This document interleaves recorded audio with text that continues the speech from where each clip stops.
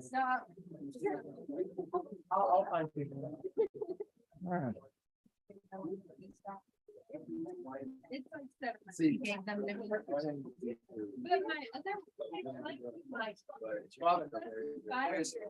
Oh God, you are my God, and I will ever praise you. Oh God, you are my God, and I will ever praise you.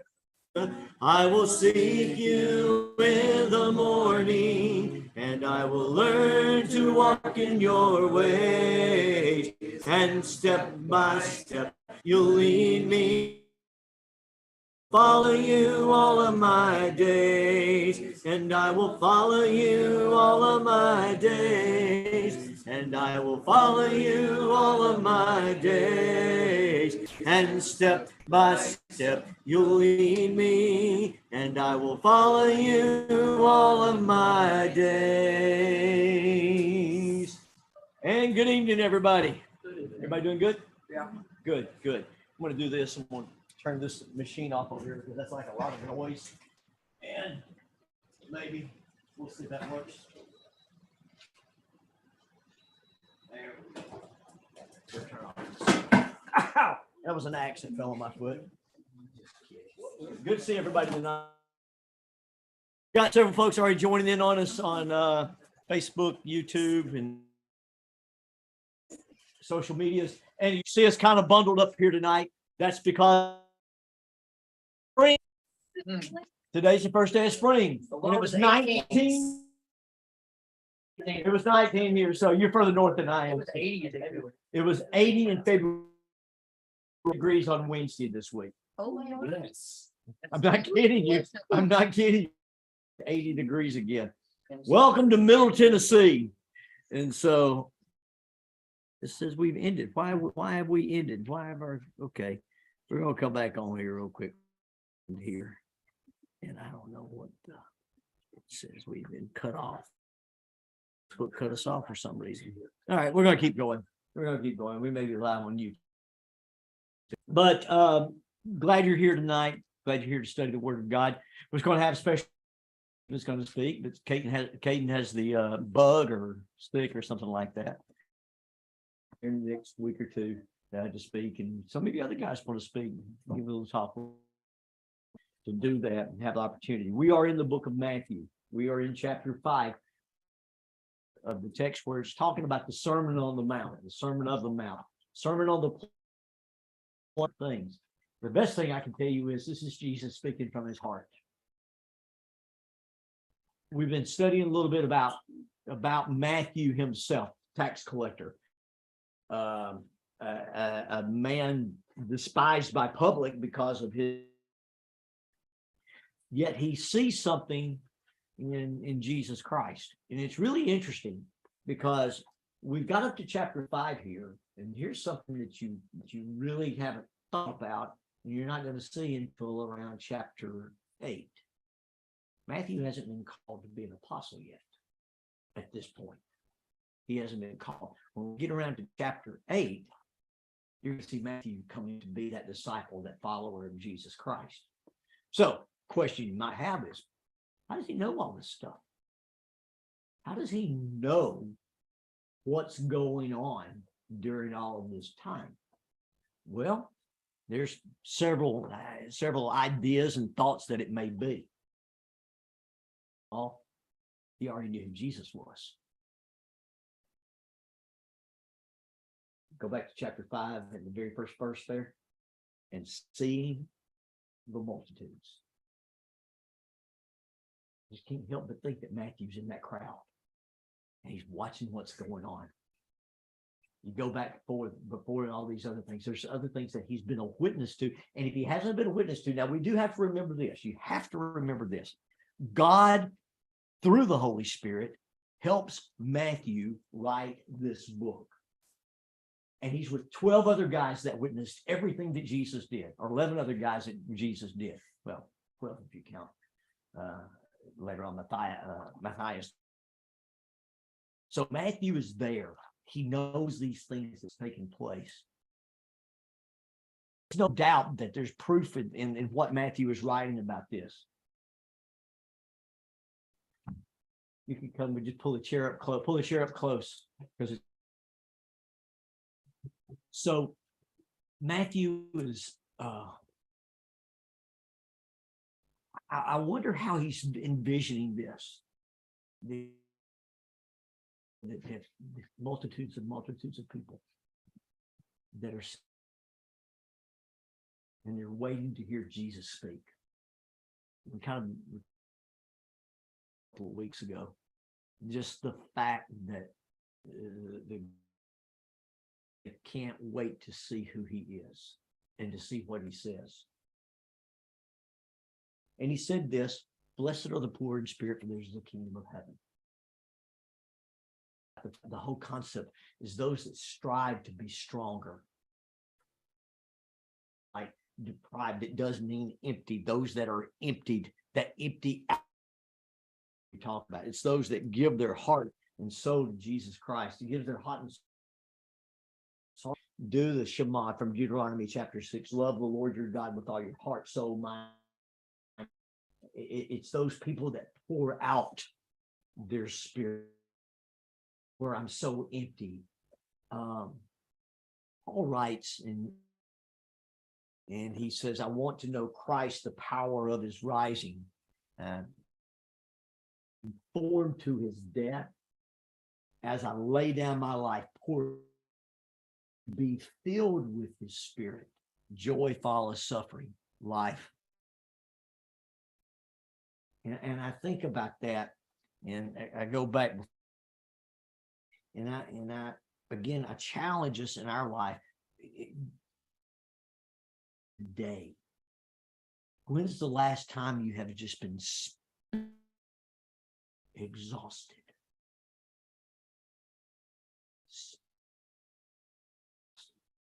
I mean, you get in your car, you drive down the road, you see the fear, and you see that little hand going all the way to empty, and you're thinking, man, I gotta have something else. Or you've been out playing baseball, it's cold as it is, you still work up the sweat, and you gotta have something to drink, so you're grabbing water to replenish this body. What about that spiritual thing, the soul?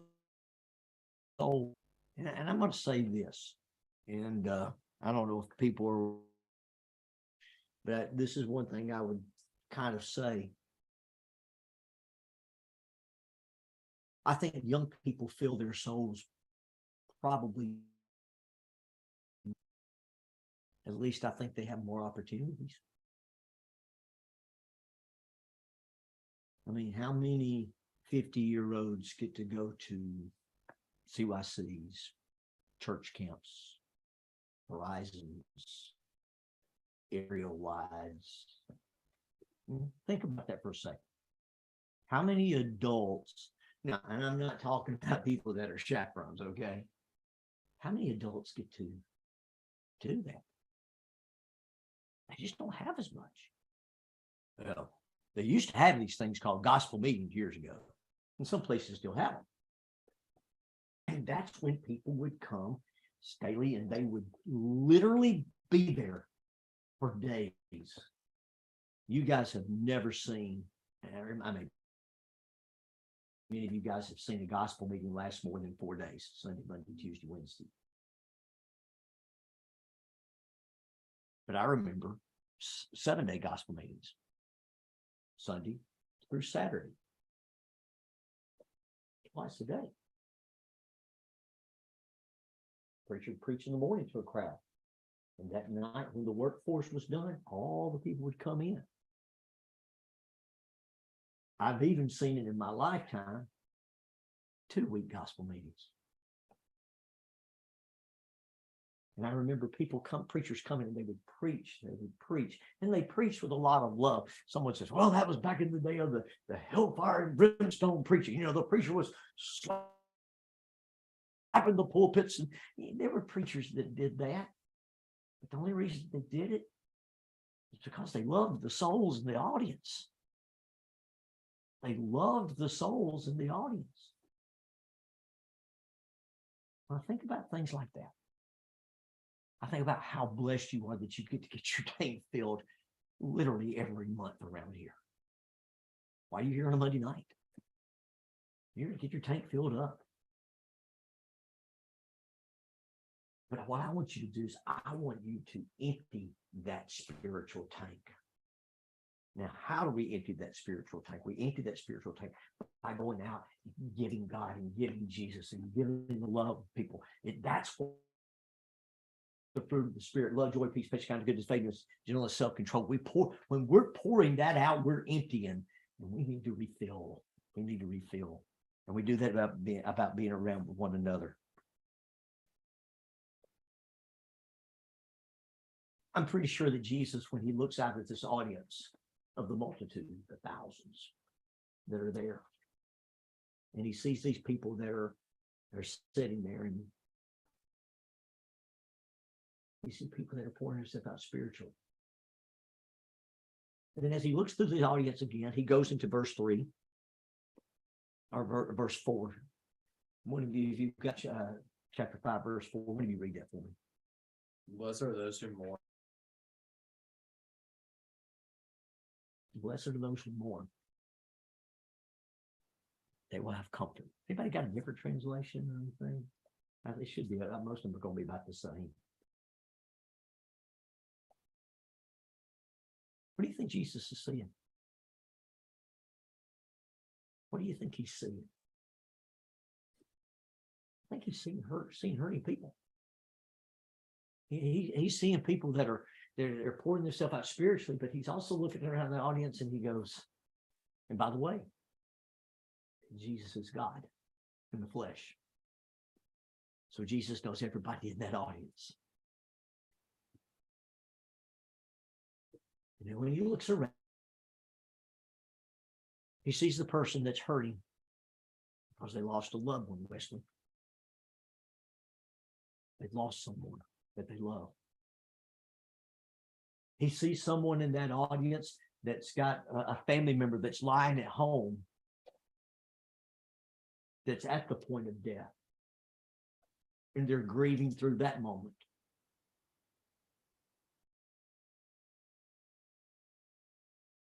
And the heart of Jesus hurts.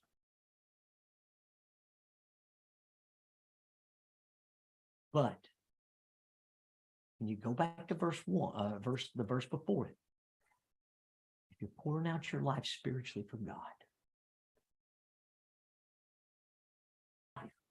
for God, comfort comes at the end of time. Comfort comes at the end of time. All of us in this room has lost someone that's close to us. And if you haven't, you will. It hurts a lot when someone loses someone that is lost.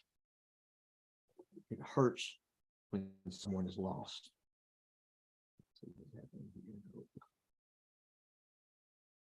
Dad, I'll tell you later.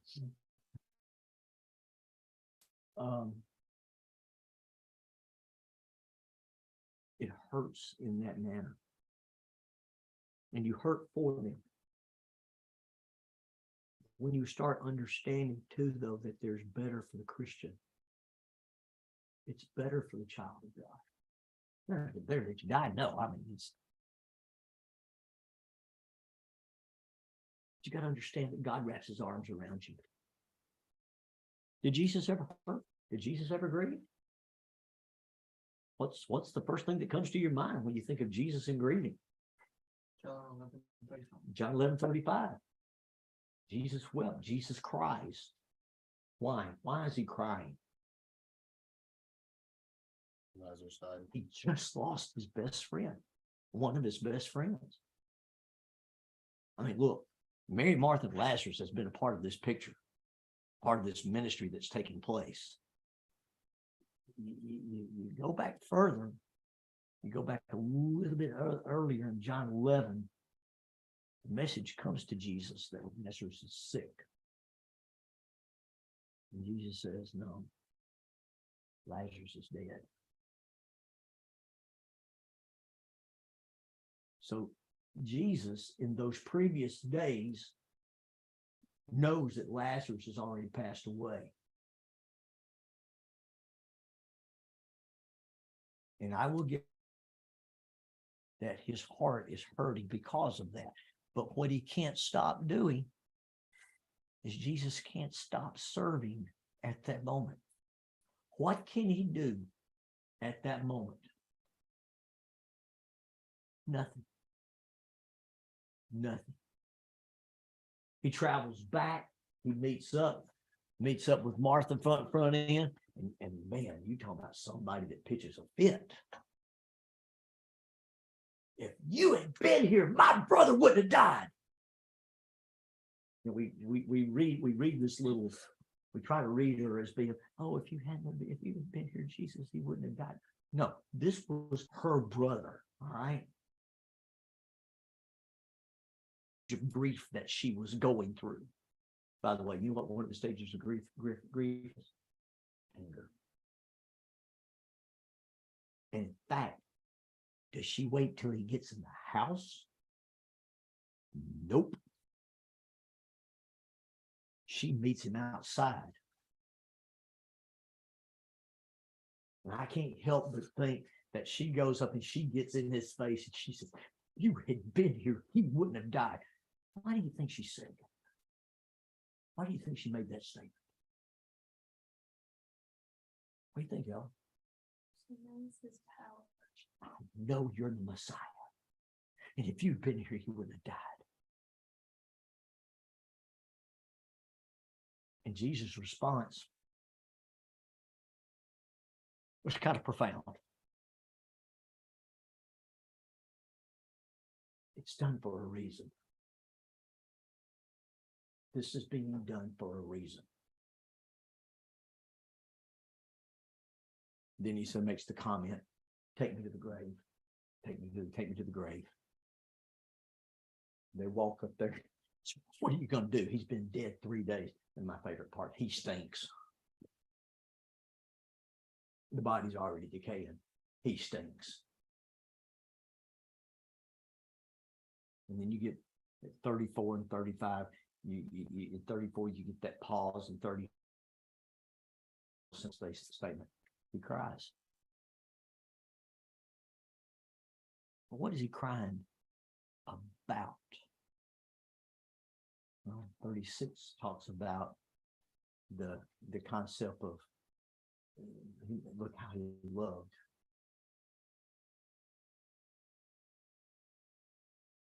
So Jesus showed that he was human, that he hurt.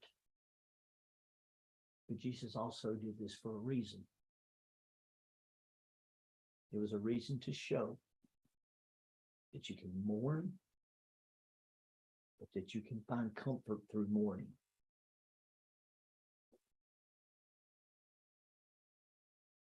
Calls out. Lazarus, come forth. By the way, there's people watching. You remember multitudes following him? There's people still following Jesus around and seeing what's taking place.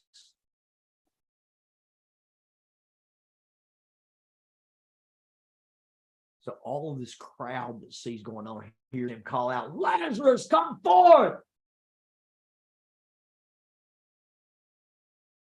And he walks out of the grave with the burial clothes are gone, and he's walking in just fine. Makes you wonder if he'd come up and said, what's up, Jesus? He met him where he was.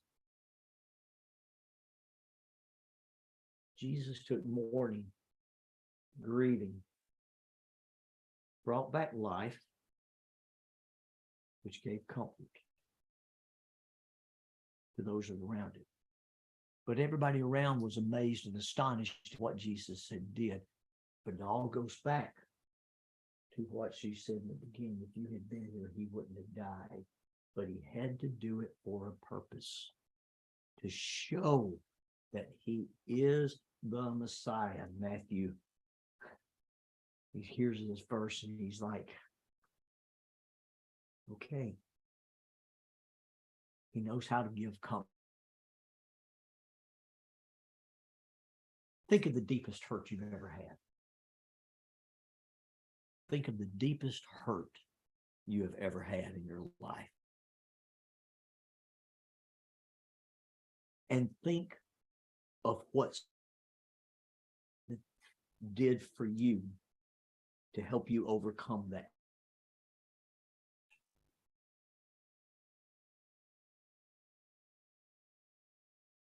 Do it.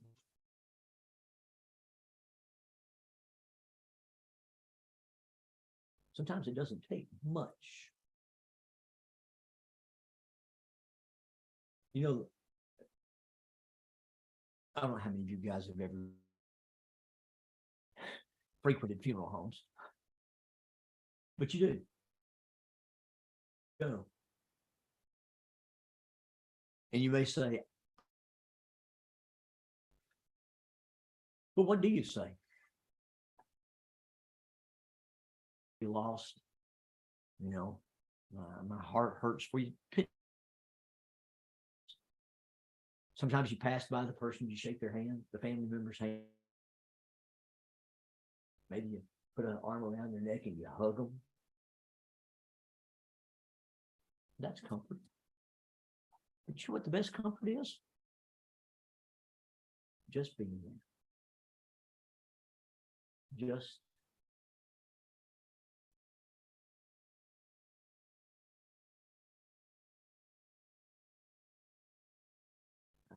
you know, death is no stranger in my family. When mom died, a bunch came to the house and sat with us that night and just sang. I won't never forget it. We were sitting in the hospital. How many times did Mr. Doug FaceTime when y'all were on the trip, when we were having to sit in the hospital and y'all sang? See, I don't forget, you don't forget things like that. And that's the comfort that comes there. I remember when y'all were not even born yet, close. Dad died in 2011. And I had just got a brand new flip phone with text messaging. Don't laugh. That was before the iPhone ones. And so, the iPhones were just coming out. But I remember I couldn't answer the texts that were coming in because I was just having to pay attention to he and pay attention to my mom and all this at the same time. But I let it either vibrate or I let it ding. And I remembered every time that it would ding, I remember that was somebody saying a prayer or asking how I was doing. And I go back and I can sit there and see the care and the love that comes when you're hurting. I remember being at the visitation for my dad and on a extremely cold January night, January 20th, we were having my dad's visitation, and I look in the back and there comes John Thomas and Webb Williams and Stephen Kelly and Craig Evans and that drove 200 something miles just to hug my neck. I lost my dad. See, people care and people can provide comfort. But when you're hurting, you got to let people do that for you. Let them do that for you because sometimes that's how they help you. It's really easy sometimes to say, I'm okay. I'm okay. I'm doing all right. Are you really? No, really, I'm not. And mourning doesn't all. Mourning can be things that are hurting you in your life. Anything that makes you grieve, that makes you hurt. Jesus says we can provide the comfort you need. And I think about when Jesus himself did that with Lazarus. I think about the grief that happens when Jonathan dies, and David cries and cries and cries and embellishes his heart out, pours out his heart, and God comes in and fills David up.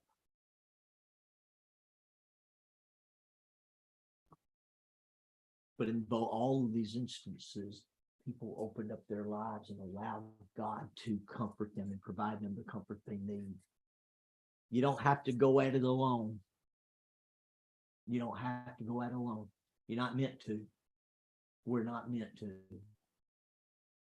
We're meant to allow God to come into your life to provide you the comfort that you need, the peace that you need. And allow me to do this for a second.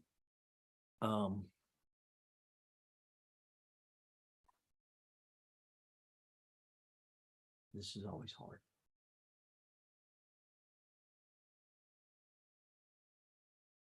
Not everyone we lose will go to heaven.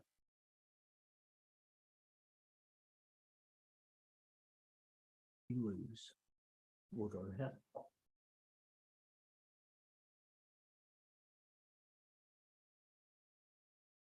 And I think that's the one thing the most. Individuals that will pass away, that will have not known the Lord, that will have not become Christians. That's going to happen. And your heart's going to pour out, and your heart's going to hurt. And that's when you've got to let God fill your heart.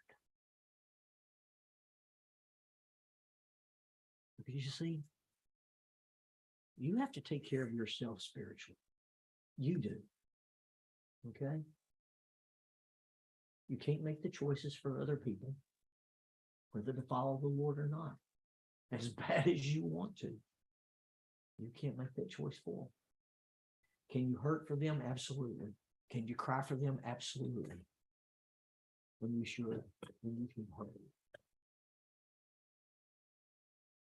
But allow God to provide the comfort that you need to build you back stronger and make your spirit strong too.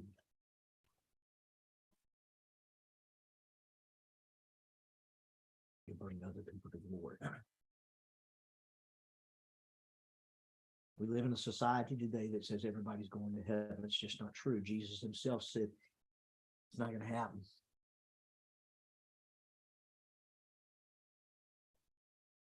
But you can control your destiny. You can control your eternal place. You control that by the decision you make, whether to be obedient to God and do what he's commanded you to do, or to be disobedient. You will make one of those two choices in your life.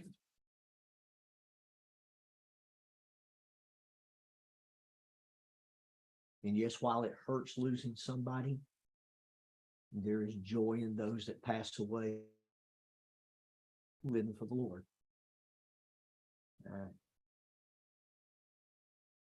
I think about numerous people that have been faithful Christians, and when they pass away, I don't get too sad. I don't get too sad. There was a lady I did a funeral for a few weeks ago.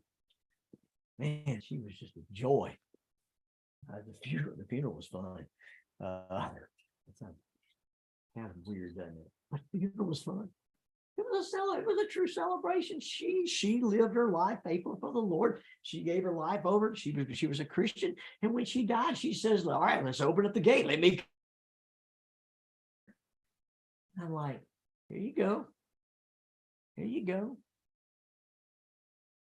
Her daughters, Both the daughters, yeah, go on, mama. Go on. I get it. I get it.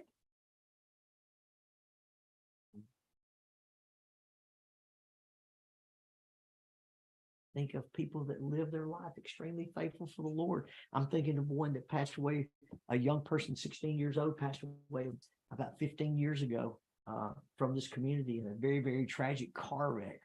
And I remember thinking the sadness that was brought over everything. But all I could think about was how faithful this young lady was for the Lord. And I'm like,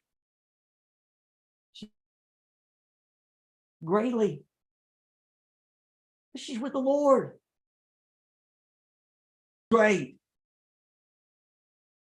What's the old song we sing? Home, I'm just a passing through.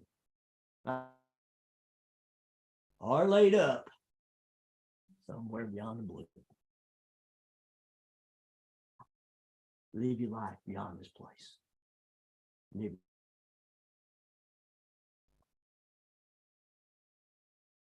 Blessed are you, for God is going to wrap his arms around you and he's going to that you need. And you know who else is? The people that love. They're going to give you the comfort you need and the time you need it. They will be there. They will be there. Will you let them in your life? Will you let them in your life? That's left up to you.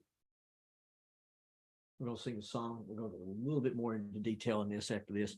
And we're going to get out of this here and talk to them a little bit.